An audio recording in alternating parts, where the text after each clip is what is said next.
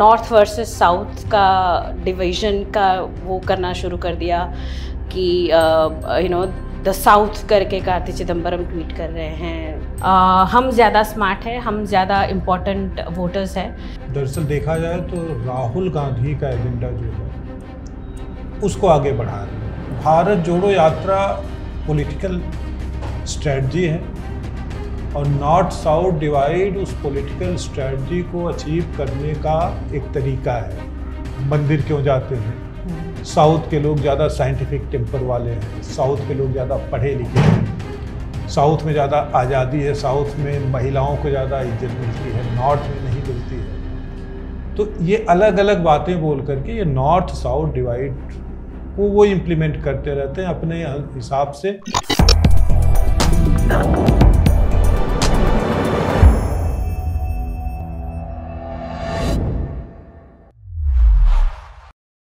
Hello and welcome to Coffee Chronicles by The Pamphlet. I'm Nirva Mehta. I'm Shiv. ठीक है, सो अभी Sunday को Sunday Monday दोनों दिन मिला के 5 स्टेट्स के इलेक्शंस, मेजर स्टेट इलेक्शंस के रिजल्ट्स आए। लॉट ऑफ पीपल से कि this were the test run before the big finale of 2024।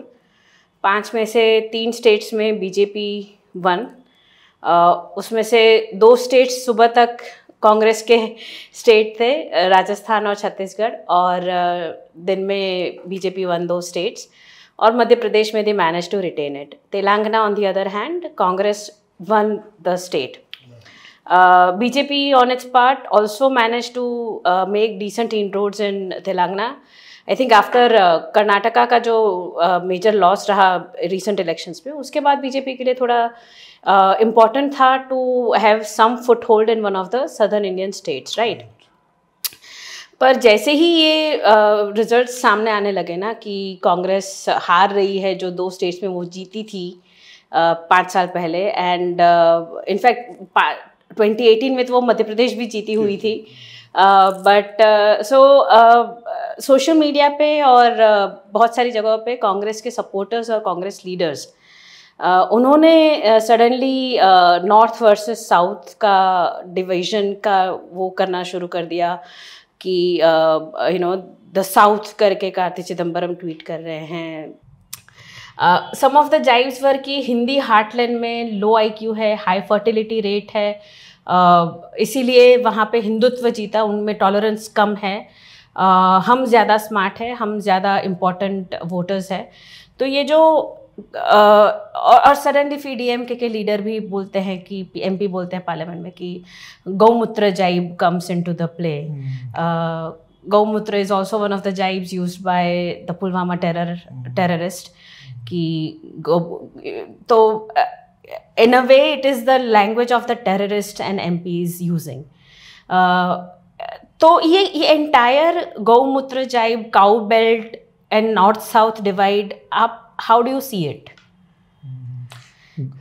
North south divide तो कोई नई बात नहीं है। नॉर्थ साउथ डिवाइड अभी जो कर रहे हैं, जिन लोगों ने इस इशू को रेज किया है, वो दरअसल देखा जाए तो राहुल गांधी का एजेंडा जो है उसको आगे बढ़ा रहे हैं।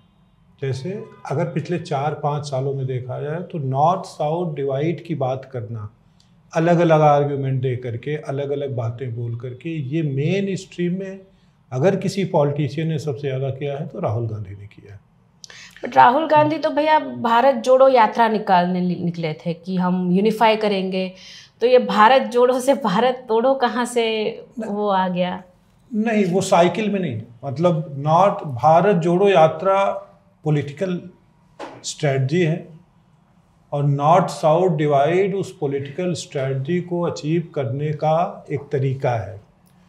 पहले से कहते रहे हैं, कम से कम पिछले 5 साल से तो तमाम वीडियो हैं उनके जिसमें वो अलग अलग बातें कहते हुए देखे जा सकते हैं कि नॉर्थ के लोग मंदिर क्यों जाते हैं, साउथ के लोग ज़्यादा साइंटिफिक टेम्पर वाले हैं, साउथ के लोग ज़्यादा पढ़े लिखे हैं, साउथ में ज़्यादा आज़ादी है, साउथ में महिलाओं को ज़्यादा इज्जत मिलती है, नॉर्थ में नहीं मिलती है। तो ये अलग अलग बातें बोल करके ये नॉर्थ साउथ डिवाइड को वो इम्प्लीमेंट करते रहते हैं अपने हिसाब से, अपने तरीक़ों से। ये अलग बात है कि बहुत ज़्यादा तवज्जो मिलती नहीं है, क्योंकि उसके साथ वो और भी बातें करते हैं। तो राहुल गांधी का जो टोटल उनकी जो पर्सनालिटी है वो उनके सारे बयानों का समअप है। तो नॉर्थ साउथ, अब चूंकि इलेक्शन के रिजल्ट आए, राहुल गांधी कहीं देखे नहीं गए, उन्होंने कोई ऑफिशियल स्टेटमेंट नहीं दिया, कैमरे पे नहीं आए, कहीं वीडियो में उन्हें देखा नहीं जा सकता है। ये इस बात को लेके कन्फ्यूजन है कि वो भारत में हैं कि नहीं हैं। तो उनके बिहाफ पे जो लोग ये नॉर्थ साउथ डिवाइड की बात कर रहे हैं, ये उनका एजेंडा एक्सटेंड कर रहे हैं। दूसरा एक और भी कारण है नॉर्थ साउथ डिवाइड को प्रोजेक्ट करने का, वो ये है कि राहुल गांधी की रक्षा कांग्रेस को जो पॉलिटिकल डिबैकल हुई है उससे कैसे की जाए, उनको कैसे सिक्योर किया जाए कि वो लीडर बने रहे। ठीक है। और मुझे लगता है कि अच्छा, आर्गुमेंट क्या है?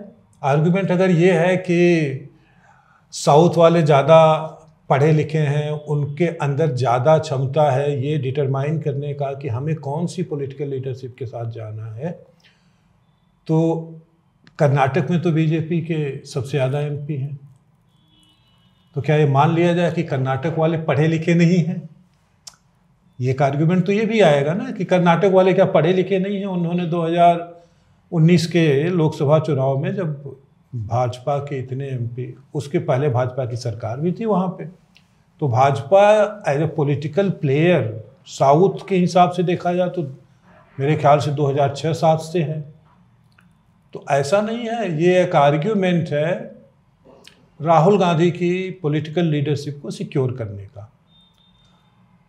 अलग अलग उस तरफ से आर्ग्यूमेंट दिए जाएंगे तो इस तरफ से भी आर्ग्यूमेंट दिए जाएंगे, लेकिन मुझे लगता है कि नॉर्थ साउथ डिवाइड पे को बहुत ज़्यादा इम्पोर्टेंस देने की ज़रूरत नहीं है। हाँ, उस पर बात होनी चाहिए, लेकिन वो उतना महत्वपूर्ण नहीं है, और उसका रीज़न मैं बताता हूँ क्यों। पिछले 5 से 7 सालों में नरेंद्र मोदी गवर्नमेंट का जो प्रयास रहा है साउथ और नॉर्थ का इंटीग्रेशन का, ऐसा नहीं कि इंटीग्रेशन पहले नहीं है, उसको लेकर के शायद पॉलिटिकल क्लास या जिसे कहते हैं कि इकोसिस्टम का जो पार्ट, जो लोग हैं, उन्हें डर लगता है। जैसे काशी तमिल संगमम हुआ, वहाँ जो सफलता मिली सरकार को, या उसका जो ऑब्जेक्टिव था उसको पूरा होते हुए देखा गया, उसको एक्सटेंड कर दिया गया गुजरात में। ऐसा भी हुआ। साउथ के बहुत सारे, दक्षिण भारत खासकर तमिलनाडु के, अगर देखो तो राज्यसभा में इस सरकार ने बहुत सारे लोगों को नॉमिनेट किया। पीटी उषा आई हैं, इलैयाराजा आए हैं, और वो जब पब्लिकली आकर के बोलते हैं नरेंद्र मोदी की लीडरशिप के बारे में, हालांकि ये लोग ऐसे हैं कि वो ज़्यादातर अपने काम से काम रखने वाले लोग हैं, लेकिन वो कभी कभी जब उनसे पूछा जाएगा तो वो जवाब भी देते हैं। जवाब देते हैं तो जो देखेंगे उनके जवाब से कन्विंस तो होते ही होंगे नरेंद्र मोदी की लीडरशिप को लेकर के। तीसरा एक पॉइंट है, भाजपा ने जो लीडर चुना है अपने लिए तमिलनाडु में, अन्नामलाई, पिछले 2.5-3 सालों का उनका जो काम है, उससे लगता है कि भाई वो देख करके एक डर है कि इस चीज़ को कैसे रोका जाए। तो ये नॉर्थ साउथ डिवाइड उसी का पार्ट है, उसी रोकने के प्रोसेस का पार्ट। मुझे यही लगता है कि उस रोकने के प्रोसेस का पार्ट है। कितना सक्सेसफुल होगा ये तो खैर फ्यूचर की बात है, लेकिन जिस तरह का इंटरवेंशन नैरेटिव में सोशल मीडिया का रहता है, जो करेक्टर है सोशल मीडिया का, उससे मुझे लगता है कि बहुत ज़्यादा सक्सेसफुल नहीं रहेगा, क्योंकि आर्ग्यूमेंट दोनों तरफ से आते हैं, और फेंस सिटर्स बोलो या जो नैरेटिव देखना चाहते हैं उस आर्ग्यूमेंट को देख रहे हैं कि कौन क्या कह रहा है और कौन कितनी लॉजिकली बात कर रहा है। तो नॉर्थ साउथ डिवाइड जो है वो मैं इसको ऐसे ही देखता हूँ। अब रही बात गौमूत्र राइट्स की या खास कर काउ बेल्ट, मतलब ऐसा कह रहे हैं जैसे कि गाय सिर्फ 3, 4, 5 राज्यों में ही दिखती है, जैसे रेस्ट ऑफ द इंडिया में there are no cows. How do you even define the cow belt? ये अब देखो काउ बेल्ट वाली जो बात है ना, ये दोनों तरह से, एक तो ये पॉलिटिकल बात भी है क्योंकि गोरक्षा आंदोलन उत्तर भारत से शुरू हुआ था, वो पूरी एक हिस्ट्री है। करपात्री जी महाराज के साथ जो लोग थे, साधु संतों पे गोली चलाई गई थी इंदिरा गांधी के प्रधानमंत्री काल में, वो है। उसके बाद एक नरेशन का पार्ट है, नैरेटिव, कि आरएसएस को रोकने के लिए हम किस तरह के टर्म यूज करते हैं या हमने यूज होते हुए सुना है। जैसे काऊ बेल्ट है, पॉलिटिकल अगर देखा जाए तो खासकर इलेक्टोरल पॉलिटिक्स की एनालिसिस जो है भारत में मेन स्ट्रीम हुई लेट 80s से। तो उन दिनों काऊ बेल्ट की बात बहुत होती थी कि भाई काऊ बेल्ट में किसको क्या मिलेगा, कितनी सीटें आएंगी, भाजपा को क्या मिलेगा या कांग्रेस को क्या मिलेगा।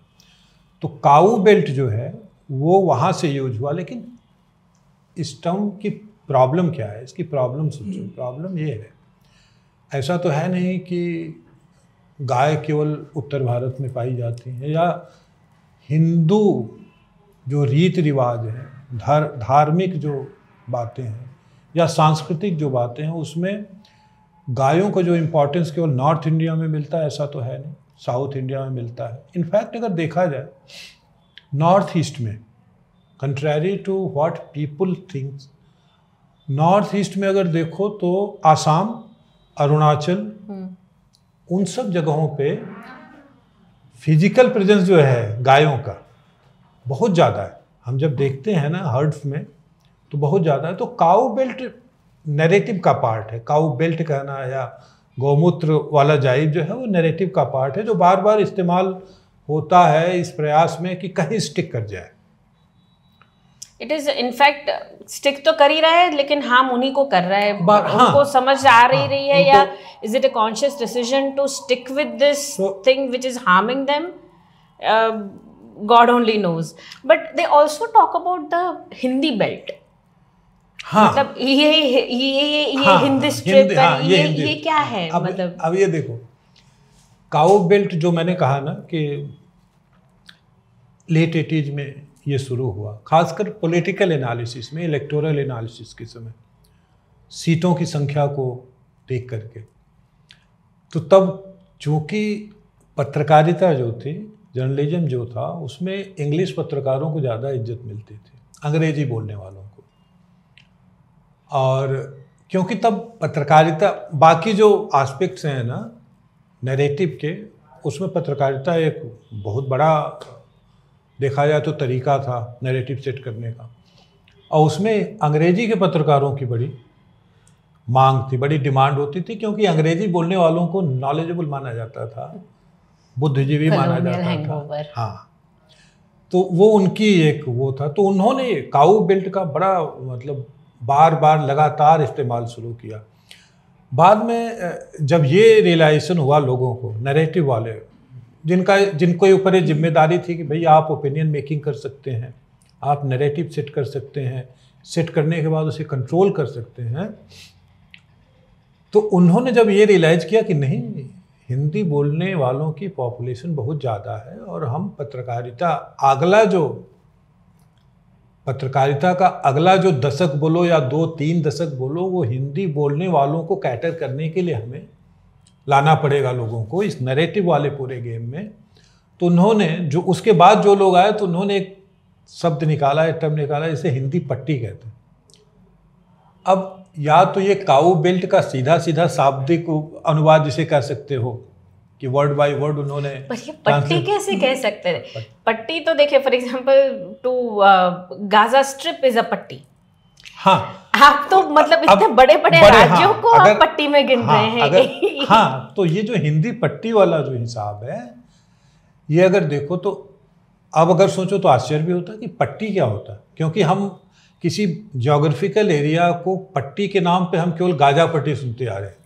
अब वो गाजा पट्टी एक पतला सा स्ट्रिप है, गाजा स्ट्रिप जिसे बोलते हैं। और यहाँ पे जिन राज्यों की बात हो रही है, तुम समझो, अगर देखा जाए तो मोटा मोटी ये सारे जिन्हें हिंदी बेल्ट या हिंदी पट्टी कहा जाता है, वो सारे राज्य वर्तमान में भारत प्रेजेंटली भारत की जो जनसंख्या है, अगर हम 140 करोड़ मानते हैं, तो ये 6, 7, 8 राज्य जो हैं वो 60-62 करोड़ की जनसंख्या कवर करते हैं। और लगभग एरिया के हिसाब से देखा जाए तो मुझे ये लगता है कि करीब 45-50% एरिया कवर करते होंगे। तो उसे पट्टी कहना ये भी नैरेटिव का ही पार्ट है कि हम आपको पट्टी कह रहे हैं, इसलिए कह रहे हैं क्योंकि आपको हम बहुत ज़्यादा इम्पोर्टेंट देते नहीं हैं। अरे इम्पोर्टेंस नहीं पट्टी दे, हिंदी बेल्ट कहेंगे हिंदी बेल्ट कहेंगे, लेकिन हिमाचल प्रदेश को हिंदी बेल्ट में नहीं गिनेंगे, ओडिशा को हिंदी बेल्ट में नहीं गिनेंगे। टू सेट नैरेटिव की बीजेपी सिर्फ हिंदी बेल्ट में है, मतलब Odisha will not be part of Hindi belt, Maharashtra will be part of Hindi belt and Gujarat will also be part of Hindi belt. सुविधावादी जिसे कहते हैं, कन्वीनियंस, कन्वीनियंस। मतलब मैं गुजरात से हूँ, हमारे यहाँ भैया हिंदी इतना नेचुरली लोगों को नहीं निकलता है, ठीक है। मेरे घर पे भी अगर देखे, मेरी मम्मी जब किसी से हिंदी में बात करती है तो वो गुजराती में ही बात करती है, स्लो मोशन में। उसको लगता है कि अगर मैं गुजराती स्लो मोशन में बोलूंगी ना तो सामने वाला समझ जाएगा कि मैं हिंदी में क्या कहना चाहती हूँ। तो ठीक है, ये एक है, लेकिन क्या लेकिन ये भी है कि ये सिर्फ हिंदी बेल्ट या हिंदी उसके लिए नहीं, ये एट सम पॉइंट ये हेट्रेड जो गुजरात के लिए है, हाँ, वो जो है ना, थोड़ा रन्स डीपर। हाँ, वो है। और वो मुझे लगता है पिछले 7-8 सालों में ये जो है, अब पहले घृणा नहीं थी, पहले हेट्रेड नहीं था, पहले डर था कि वहाँ से, हाँ, पहले मौकरी होती थी। उसके बाद वो भोजन पे आया कि ये तो वेजिटेरियन लोग हैं, उसको लेकर के भी मजाक उड़ाते थे। जो थ्रेट है ना, जब पहली बार लगा कि वहाँ से कोई लीडर आ रहा है, वहाँ से कोई नेता आ रहा है जो चेंज करना चाहता है अभी तक के, जिसे कहते हैं ना कि जो स्थापित मान्यताएं हैं, जो इस्टेब्लिश्ड, तो उसको चेंज करना, उसको चैलेंज करना चाहता है। तो हेट्रेड वहाँ से शुरू हुआ। ये जो हेट्रेड है वो वहाँ से शुरू हुआ कि अरे हमने सोचा था कि ये आया था और 4-5 साल रहेगा फिर चला जाएगा, लेकिन खुद तो आया, साथ में एक को और ले आया। तो वो है, वो वहाँ से आता है कि तो गुजरात। अच्छा, दूसरा एक और भी है कि जैसे तुमने कहा ना कि उड़ीसा, शायद वो उड़ीसा में जो स्क्रिप्ट, उड़िया भाषा के लिए स्क्रिप्ट यूज होती है, वहाँ से स्क्रिप्ट का चक्कर शुरू होता है जो साउथ तक जाता है।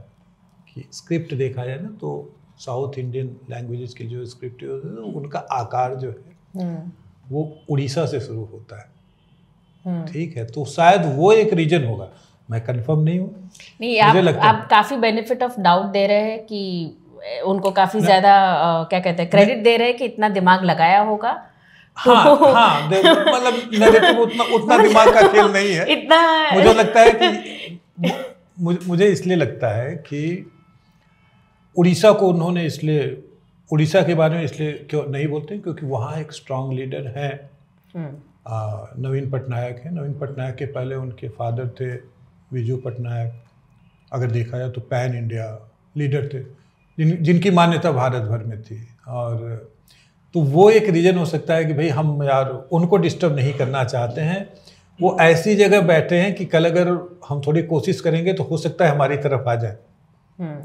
लेकिन आज अगर देखा जाए तो वो उड़ीसा को वहाँ से ये लोग शायद उसके, लेकिन अगर केवल बीजेपी के प्रेजेंस की बात है तो बीजेपी पिछले 5 साल से तो बंगाल में भी 18 सीटें हैं लोकसभा में, तो बंगाल को भी इंक्लूड नहीं करते हैं, लेकिन पश्चिम तक जा करके गुजरात को इंक्लूड करते हैं। क्यों? क्योंकि मुझे लगता है इसलिए कि प्राइम मिनिस्टर मोदी गुजरात से आते हैं, और वो धीरे धीरे जैसे जैसे वो बढ़ता गया है तो गुजरातियों के जैसे ये कहना कि सबका रेजिमेंट है, हाँ, गुजरात हाँ, गुजरात का रेजिमेंट क्यों नहीं। अब ये इसे कहते हैं ना कि मैन्युफैक्चरिंग करना, किसी भी नैरेटिव के किसी एक पार्ट को मैन्युफैक्चर कर लेना, और इस पूरे प्रयास में पूरा नैरेटिव का जो पार्ट है उसमें ऐसे ऐसे तर्क, ऐसे लॉजिक दिए जाते हैं जिनका कोई सिर पैर नहीं है। लेकिन पता है मतलब होता क्या है कि मुझे लगता है कि opinion makers, analyst, opinion maker समझो या बुद्धिजीवी समझो, हालांकि आजकल बुद्धिजीवियों की बहुत ज़्यादा इज्जत नहीं है पिछले 10 सालों से, तो वो जब कोई तर्क देते हैं, कोई लॉजिक देते हैं, कुछ नया कुछ लाते हैं, तो आम आदमी को लगता है कि अच्छा ये तो बड़ा सॉलिड पॉइंट है, इसके बारे में हमने नहीं सोचा। तो हमारे जो खुद को बुद्धिजीवी कहते हैं या जिन्हें लोग मानते हैं, पिछले 8-9 सालों में वो ऐसा कोई लॉजिक लेके नहीं आए हैं जो सरप्राइज कर दे हमें, और यही कारण है कि उनकी इज्जत धीरे धीरे आम आदमी के मन से कम होती जा रही है। ये सारे नैरेटिव जो सेट करने वाले हैं या कंट्रोल करने वाले, जिनको पहले ये करना इजी था, वो चूक गए लोग हैं। चूक गए उनको कहते हैं जो स्पेंट फोर्सेस जो होते हैं, कि आप में वो दम नहीं रहा। एक समय था जब सोशल मीडिया नहीं था, तो आप जो नैरेटिव सेट करते थे उसको बहुत देर तक कंट्रोल कर पाते थे, क्योंकि 2 वे कम्युनिकेशन नहीं था। अब वो समय नहीं रहा। तो इसीलिए ये बिजार जो बहुत सारे आर्गुमेंट आते हैं ना, नॉर्थ साउथ डिवाइड, और ये उसी के तहत आता है कि कुछ करके सरप्राइज करते। जैसे अभी 2 दिन पहले कुछ पत्रकारों ने कहा कि अच्छा हार गए तो हार गए, लेकिन कांग्रेस को 10 लाख वोट ज़्यादा मिले हैं बीजेपी से। अगर हम चारों राज्यों का तुम एक करके करोगे क्या? अगर मिले हैं, ऐसा तो होता नहीं है। अपने सुविधा के हिसाब से कुछ भी तो सेट नहीं कर सकते हो ना। तो यहाँ पे फिर ये होता है कि आप कहेंगे कि अरे हमें तो हमारी बात कोई मानता नहीं है, अब जनता उस तरह से प्रभावित नहीं होती है। इसलिए नहीं होती है कि आपके आर्गुमेंट जो है लॉजिकल नहीं है, और आप में सरप्राइज करने की क्षमता नहीं रही, खत्म हो गए आप। ये कारण है। इनका ये भी रहा है कि ये प्रॉब्लम ये है कि ये मोदी और अमित शाह, इन लोगों को इतना, एक तो फर्स्ट ऑफ ऑल गुजरात में मोदी जी ही won all the elections that he has contested. उनको लगा नहीं था कि उन्होंने उनकी पूरी पर्सोना को लेके जो किया हुआ था, he had to undergo so many trials and वो उनके पर केसेस हुए थे, सब हुआ। हाँ, so all that aside, despite all that he won. मतलब जो 14 का इलेक्शन था, कई लोगों को गुजरात में भी, मतलब very very strong Modi supporters, उनको भी लग रहा था कि शायद नहीं होगा, क्योंकि नैरेटिव, तब सोशल मीडिया इतना वो नहीं हो चुका था, इंटरनेट इतना घर घर नहीं था कि लोगों को पता चल सके कि एक्चुअल ग्राउंड रियलिटी क्या है, ग्राउंड पे एक्चुअल मोदी वेव क्या सीन था। बट वो ना ही सिर्फ वो जीते, it was a clear majority, which is one of the strongest points. क्योंकि जब 2004 में when UPA government was formed, Jairam Ramesh का ट्वीट था अभी कुछ दिन पहले का, कि हम सिंगल लार्जेस्ट पार्टी बने थे। अरे भाई, सिंगल लार्जेस्ट पार्टी और पूर्ण बहुमत में काफी फर्क है। दैट इज द फर्क of the difference of political will. आपकी सिंगल लार्जेस्ट पार्टी और कोलिशन गवर्नमेंट ऐसी थी कि कभी भी टूट सके। आप 10 साल कोलिशन भी तो पोस्ट इलेक्शन रिजल्ट कोलिशन बना था, और 10 साल का पॉलिसी पैरालिसिस की आप इतनी प्राइड इतनी प्राइड से बात कर रहे हैं। उसके सामने ये 10 साल का, ये जो पिछले 10 साल का जो स्ट्रॉन्ग डिसीजंस ले चुके हैं कपल ऑफ देम, तो दे नेवर एक्सपेक्टेड कि एक चाय वाला, सो टू से, मणिशंकर अय्यर का बहुत बड़ा योगदान रहा है। अगेन चाय वाला जाइब्स है, चौकीदार जाइब्स है, ये सब जो जाइब्स है, चाय वाला also does an honest living, right? बिल्कुल। आप यू नो चाय वाला है, चौकीदार है, वो अपना घर चलाने के लिए, it's an honest living that is making. बिल्कुल। तो why is it an insult? आप किसी को चाय वाला बोल के आप उनको इंसल्ट के, आपको क्या लगता है ये इंसल्ट है? नहीं, इंसल्ट वो मानते हैं कि इंसल्ट है, ये वो मानते हैं। समस्या क्या है? देखो, लोकतंत्र जो है ना, डेमोक्रेसी, खासकर जहाँ पे इलेक्टोरल डेमोक्रेसी ऐसी होती है कि आप वहाँ पे सक्सेसफुल तब माने जाते हैं, और ये एक नेचुरल प्रोसेस है, जब आप समस्याओं का समाधान करते हैं। जो पहले से हैं प्रॉब्लम्स, उसके लिए आप दिन रात काम करते हैं, उसके लिए सलूशन ले आते हैं, उस सलूशन को रिस्क ले करके इम्प्लीमेंट करते हैं, ये मान करके कि भाई उसका आउटकम हमें तब तक पता नहीं चलेगा जब तक हम उसको इम्प्लीमेंट नहीं करते हैं। तो वो तो एक तरह का रिस्क हुआ। अब रिस्क, अपने पूरे पॉलिटिकल कैपिटल का रिस्क लेना, ये बड़े स्ट्रांग लीडर की निशानी है। सो डेमोक्रेसी में, लोकतंत्र में आप सक्सेसफुल तभी हैं जब आप समस्याओं का समाधान खोजते हैं। यहाँ पे एकदम उल्टा है। एक व्यक्ति है पिछले 9 साल से सरकार में, जो पुरानी से पुरानी समस्याओं का समाधान खोजने की कोशिश कर रहा है। उल्टा विपक्ष में जो लोग हैं वो समस्याएं पैदा कर रहे हैं। अगर देखा मजाक उड़ा मैन्युफैक्चर, आप इतने आज़ादी के इतने साल बाद घर में शौचालय नहीं थे। हाँ हाँ, नहीं थे।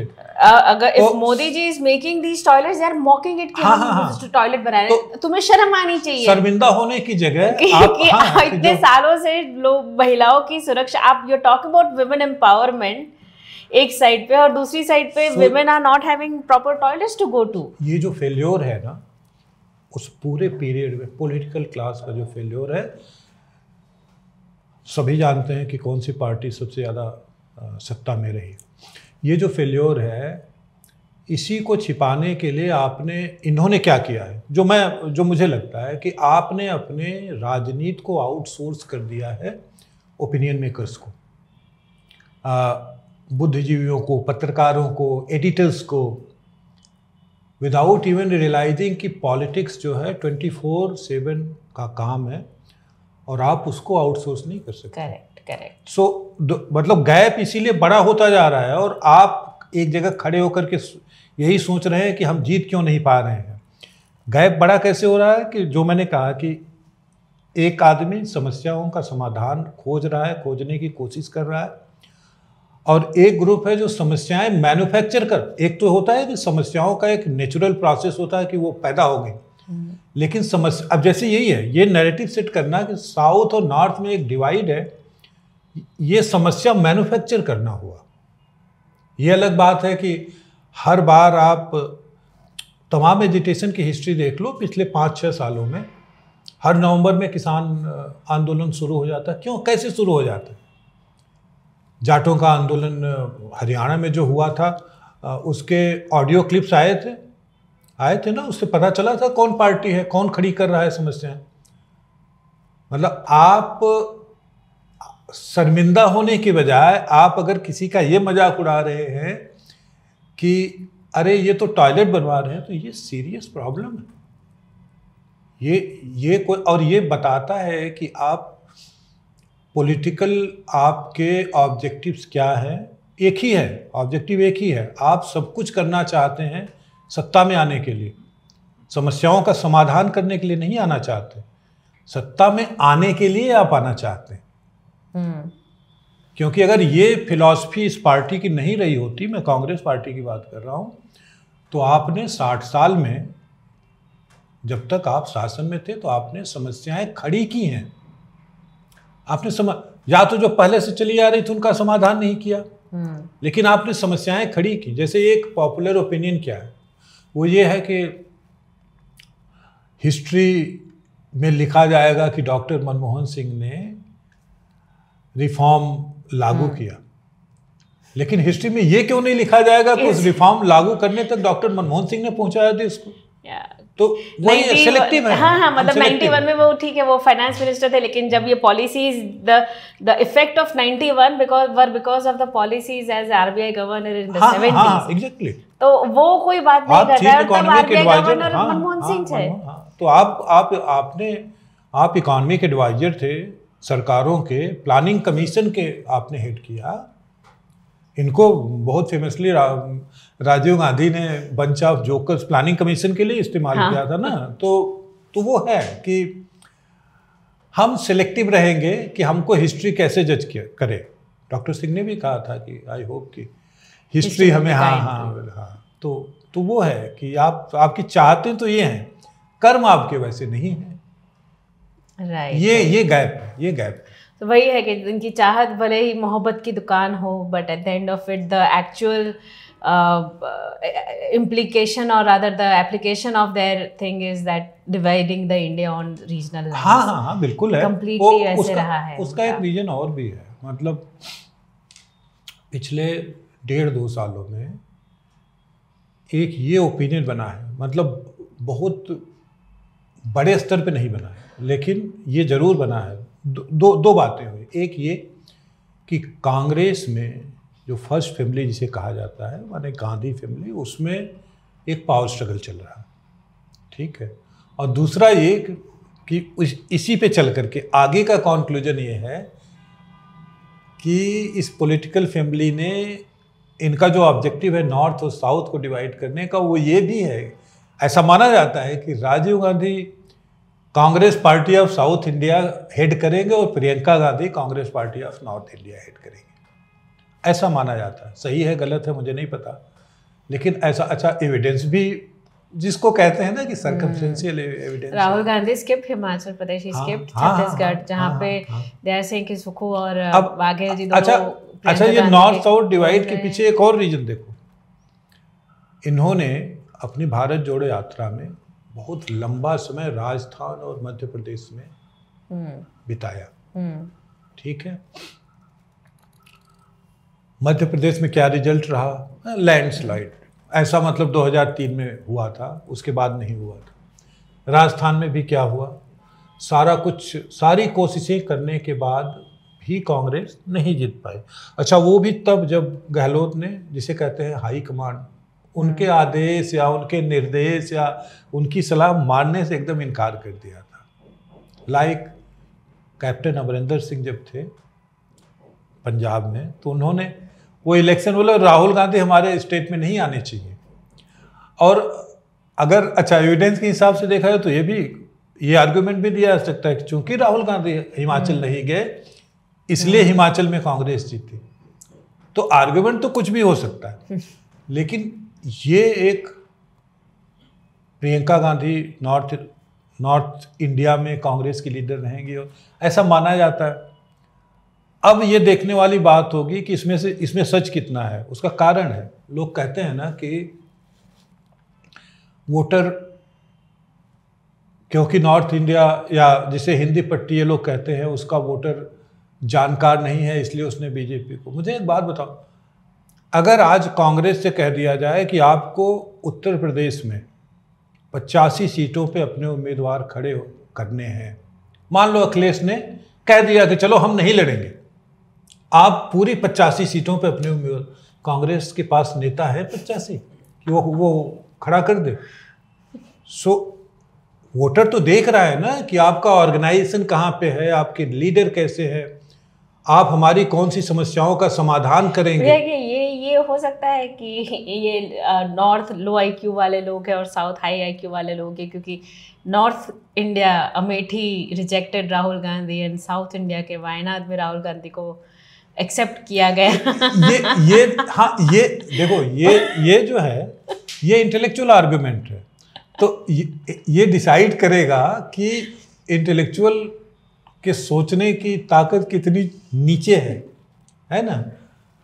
अमेठी ने इसलिए रिजेक्ट किया कि आप अमेठी जाते नहीं थे, आपकी फैमिली सीट थी, so many of your family members अब वहां से जीते हैं, अब अच्छा देखो, अच्छा अब यही कंट्रास्ट है। जो विपक्ष, मुझे नहीं लगता कि विपक्ष राहुल गांधी को प्रधानमंत्री मोदी के सामने खड़ा करना चाहता है, लेकिन अगर विपक्ष में ये इच्छा भी है तो आप जरा कंपेयर करें।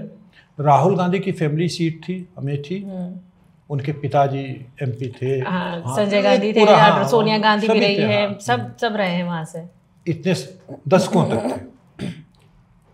बनारस जो है प्रधानमंत्री मोदी के तो उन्होंने तो इनहेरिट नहीं किया था वो सीट। 2014 में पहली बार वो एमपी बने वहाँ से। बनारस में बदलाव जो आया है पिछले 9 सालों में, पिछले 10 सालों में, अमेठी को वहाँ तक पहुँचने में अभी 60 साल लग जाएंगे।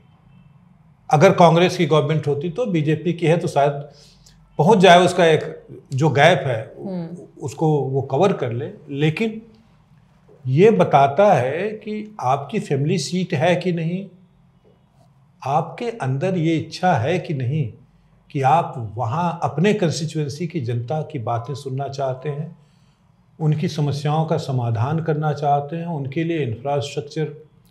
अगर कोई ये कहे, अब जैसे इसमें ये भी आर्गुमेंट आ सकता है कि भाई मोदी जी तो प्रधानमंत्री हैं, तो वो कोई भी विकास का कार्य, इंफ्रास्ट्रक्चर वो बनारस को दे सकते हैं। नहीं, इनके घर वाले प्रधानमंत्री से ज़्यादा ताकतवर थे। सोनिया गांधी कहते हैं ना कि सुपर पीएम थी भाई। अब तो ये प्रूव भी हो गया। प्रूव मतलब लोगों ने जो थे वहाँ इन पोजीशन ऑफ पावर, उन्होंने कहा कि फाइलें उनके पास देखने के लिए जाती थी। तो आप तो सुपर पीएम थे। तो ये आर्गुमेंट भी कहीं स्टैंड नहीं करता है कि मोदी जी प्रधानमंत्री है इसलिए बनारस का विकास हुआ। नहीं, आप भी तो प्रधानमंत्री थे ही ना। आप प्रधानमंत्री से ऊपर थे। राजीव गांधी प्रधानमंत्री थे ना, तो आपने क्यों नहीं किया? थे। संजय गांधी भी अपने समय में, उनको भी लोग सुपर पीएम ही कहते थे कि इंदिरा गांधी परेशान रहती थी उनसे। सो आप प्रधानमंत्री या प्रधानमंत्री कार्यालय से ज़्यादा ताकतवर थे, आप भी कर लेते। इनफैक्ट अगर किताबों का हवाला दिया जाए तो पीवी नरसिम्हा राव भी सोनिया गांधी के पास वीक में 2-4 दिन हाजिरी देने जाते थे, मीटिंग करने जाते थे। क्यों? क्योंकि भाई वो प्रैक्टिकली कांग्रेस की हेड थे, वो जो कहेगी वही होगा। तो उस दौरान तो आप अमेठी का कोई विकास नहीं कर सके, योजनाएं नहीं ला सके, इंफ्रास्ट्रक्चर नहीं डेवलप कर सके। तो इस शिकायत का अब कोई मतलब नहीं है कि अमेठी मैं तो कहूँगा कि अमेठी अगर कहीं ये आर्ग्यूमेंट स्टैंड करता है कि भाई वो लो आईक्यू और हाई आईक्यू की बात नहीं है, पेशेंस की बात है कि शायद उत्तर भारत तो लोगों का पेशेंस का अंत आएगा। कि हम, और ये भी कि हमने आपको बहुत समय दिया, हमने आपको बहुत समय दिया, इसलिए दिया कि हमारा पेशेंस था। तो कम से कम आप हमारे पेशेंस को इज्जत दीजिए, हमें लो आईक्यू मत बोलिए। ट्रू। तो वहां अगर कंपेयर करेंगे तो इस तरह के आर्गुमेंट स्टैंड नहीं करते हैं। जो लोग देते हैं उनको ही पता है कि वो स्टैंड नहीं करेंगे आर्गुमेंट, लेकिन देते हैं क्योंकि उन्हें बोला गया है कि भाई दो कुछ निकाल के दो, डिफेंड द अनडिफेंसिबल, तो वही है, तो कुछ निकाल के दो, तो वो उनको देना होता है। राजदीप सरदेसाई पॉलिटिकल कंसल्टेंसी 2004 से कर रहे हैं कांग्रेस की। अगर तुम मैं एक एग्जाम्पल बताता हूँ। टेलीग्राफ में, चूँकि मैं कलकत्ते से उस समय पढ़ता था, तो टेलीग्राफ में इस तरह का निकला था पूरा कि इनके ऊपर, चूँकि एनडीटीवी में थे उन दिनों, इनके ऊपर जिम्मेदारी आई कि आपको सोनिया गांधी का पीआर करना है। अब वो सही है कि नहीं, क्योंकि वो जिसे कहते हैं ना कि उस तरह के कॉलम थे जो सोर्सेज, गॉसिप कॉलम्स, तो वो सोर्सेज पे बेस रहते थे। तो एक पॉइंट पे जाकर के राजदीप सरदेसाई उसमें लिखा था, एक पॉइंट पे जाकर के वो झल्ला पड़े कि इन्हें हिंदी बोलने नहीं आती है, इन्हें कोई पॉलिटिकल समझ नहीं है। तो काम तो कर रहे हैं, तो बेचारे इतने सालों से जुड़े हुए हैं, तो उन्हें कुछ ना कुछ आर्गुमेंट तो देना है, और वो दे रहे हैं बेचारे। ये जो इंटेलेक्चुअल क्लास है, जैसा मैंने कहा ना कि आप चूक गए हैं। क्यों? क्योंकि आप उन बातों को डिफेंड करना चाहते हैं जो डिफेंड करने लायक नहीं है। राइट। तो बार बार ये प्रूव होगा, और वो भी उस जनता के सामने प्रूव होगा जिसके थॉट प्रोसेस को आप प्रभावित करना चाहते हैं। आपका काम क्या है? ओपिनियन बिल्डिंग ही तो काम है ना। आप उसी लिए तो आर्गुमेंट दे रहे हैं, अदरवाइज तो आप बार बार उस जनता के सामने एक्सपोज हो रहे हैं जिसके थॉट प्रोसेस को आप प्रभावित करना चाहते हैं। और जैसे जैसे ये होता रहेगा, आपकी क्रेडिबिलिटी जो है वो घटती जाएगी। कांग्रेस फिर हारेगी। अब जैसे ये आर्गुमेंट देना कि 2004 में, ये तो खैर जयराम रमेश ने दिया, कुछ पत्रकारों ने ये आर्गुमेंट तक दिया कि हम चाहते थे कि कांग्रेस हार जाए। क्यों? क्योंकि ये कर्नाटक केवल एक राज्य में, और कर्नाटक और हिमाचल जीतने के बाद ये कंप्लेसेंट हो गए हैं। ये हारेंगे तभी 2024 का लोकसभा चुनाव जीत पाएंगे। अब इस आर्गुमेंट के बारे में क्या कहा जाए? आप वैसे ही आर्गुमेंट देते रहेंगे, लोग आपको पढ़ते रहेंगे, लोगों के मन में आपकी कांग्रेस वाले लोग क्रेडिबिलिटी इनको कम सच होगी। भी मानते रहेंगे and they will build it. हाँ। इनका ये है कि सोशल मीडिया के 2-3 चीजें अच्छी बुरी हुई हैं कि टू वे कन्वर्सेशन होने लगा है। हाँ, बिल्कुल। अब सिर्फ ऐसा नहीं है कि media, main stream media, television या न्यूज़पेपर में ही न्यूज़ आती है। सोशल मीडिया पे लोग अनफॉर्म डिसीजंस ले सकते हैं। हैविंग सेड दैट, अब ऐसा हो चुका है ना कि कुछ लोग सोशल मीडिया को ही रियल लाइफ जान के निकलते हैं। तो कांग्रेस की जो पूरी इलेक्शन कैंपेन और स्ट्रेटजी एज विज आम आदमी पार्टी, उनको लगता है कि ट्विटर पे ट्रेंड हो गया ना, तो मतलब जनता हमारे साथ ही है, जो कुछ है सोशल। तो कंट्रास्ट। अच्छा, अब ये बात चले तो मैं एक और कंट्रास्ट की बात बता दूं। वो क्या है? 2014 में लोकसभा चुनाव में बीजेपी जब सक्सेसफुल रही, उसके बाद बीजेपी की लीडरशिप ने ये कहा, उन्होंने डिसाइड किया कि हमें देश के हर जिले में बीजेपी का कार्यालय बनाना है ना? और बना, लोग इकट्ठे होने लगे, लोग वहाँ पे पॉलिटिकल मैनेजमेंट वहाँ से होने लगा। Contrary to what BJP did, Congress का डिपेंडेंस जो है सोशल मीडिया पे वो 2014 के बाद बढ़ता गया है। ऐसा नहीं कि बीजेपी सोशल मीडिया का इस्तेमाल नहीं करती, बहुत करती है, बहुत इफिशिएंटली करती है। लेकिन कांग्रेस ने ग्रास रूट लेवल पे जहां उसे स्ट्रेंथन करना था अपना पार्टी ऑर्गेनाइजेशन, उन्होंने नहीं किया है। उनको ये लगता है, तुम यही देखो ना कि राहुल गांधी, अब लोग कहने लग गए हैं राहुल गांधी, जिस दिन आप इस बात में विश्वास करने लग जाएं कि राहुल गांधी की ट्वीट को ज़्यादा आरटी मिल रहे हैं, ज़्यादा रिट्वीट मिल रहे हैं, तो वो नरेंद्र मोदी से पॉपुलर लीडर हो गए, तो आप समझ जाइए कि आपका एंड फिर they have the audacity to call other people low IQ. तो हाँ, तो ये जो, इसीलिए मेरा ये मानना है कि मैंने मजाक में एक ट्वीट भी लिखा था कि जिस व्यक्ति ने कांग्रेस को ये विश्वास दिला दिया है कि सोशल मीडिया तुम्हें सत्ता तक पहुंचा देगा, मैं उस व्यक्ति को प्रणाम करता हूँ कि आप उसी ढर्रे पे चल रहे हैं, उसी रास्ते पे चल रहे हैं, और आप जीत हार, इलेक्शन लड़ना, कैंपेन करना, सब कुछ आपको लगता है कि आप ट्विटर पे कर सकते हैं। पहले जिस सोशल मीडिया का मजाक उड़ाते थे, आज उसी सोशल मीडिया पे आपकी निर्भरता बढ़ गई है। आप जब तक इस बात को रियलाइज नहीं करेंगे, आपका पार्टी ऑर्गेनाइजेशन ठीक नहीं होगा। और ये शिकायत करते रहेंगे कि उत्तर भारत वाले लो आईक्यू है, दक्षिण भारत वाले, क्योंकि हमने अच्छा, दक्षिण भारत वाले हाई आईक्यू हैं या लो आईक्यू हैं या क्या है, अगले चुनाव में पता चल जाएगा।